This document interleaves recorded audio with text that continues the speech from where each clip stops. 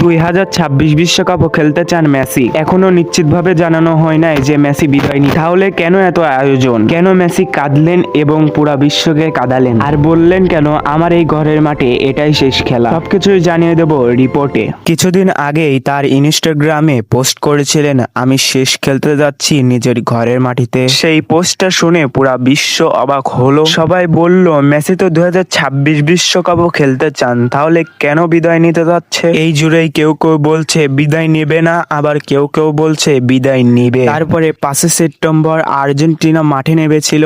আর্জেন্টিনার জন্য তার নিজের ঘরের মাটিতে এত সুন্দরভাবে আয়োজন করেছে শুধুমাত্র মেসির বিদায়ের জন্য। এবং খেলার আগে প্র্যাকটিসে মাঠে নেবেই অনেক কান্না করেছে মেসি। তারপরে খেলতে নামেন মেসি এবং আর্জেন্টিনা। খেলার শেষে প্রেস কনফারেন্সে বলেন মেসি যে আমি এখনো বিদায় নিতে চাইনি। হ্যাঁ, সময়টা যদি ভালো থাকতো তাহলে আমি আবারও খেলতাম আর্জেন্টিনাতে, তবে আমি এখনো বিদায় নেই নাই। এখনো যদি আমার খেলার পরিস্থিতি থাকে তাহলে আমি অবশ্যই খেলবো, তবে যদি খেলি তাহলে 2026 বিশ্বকাপটাই হবে আমার শেষ খেলা। আর এখানে এত আয়োজন হলো কেন জানেন? যদি আমি 2026 বিশ্বকাপে খেলি তাহলে 2026 বিশ্বকাপটা নিতে পারবো কি পারবো না এটা জানি না। হয়তো সেমিফাইনালেও বাদ যেতে পারি, কোয়ার্টার ফাইনালেও বাদ যেতে পারি, গ্রুপ চ্যাম্পিয়ন থেকেও বাদ যেতে পারি, কিন্তু সেখানে এত তো আয়োজন হবে না, এত আমার জন্য ভালোবাসা কেউ দেখাবে না। তাই এই জন্যই আমার নিজের ঘরের মাটিতে এত আয়োজন হলো।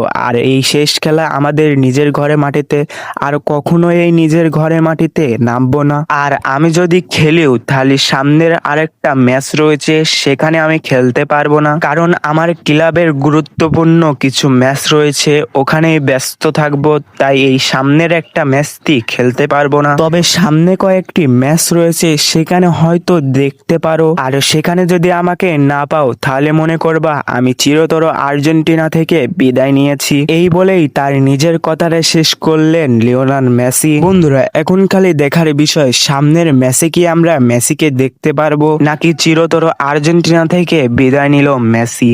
আর্জেন্টিনা ও বাংলাদেশের নিত্য নতুন আপডেট পেতে আমাদের চ্যানেলটিকে সাবস্ক্রাইব করে রাখুন। নিয়মিত আমাদের চ্যানেলে আর্জেন্টিনা ও বাংলাদেশ ফুটবলের আপডেট দেওয়া হবে, তাই এক্ষুনি সাবস্ক্রাইব করে রাখুন আমাদের চ্যানেল।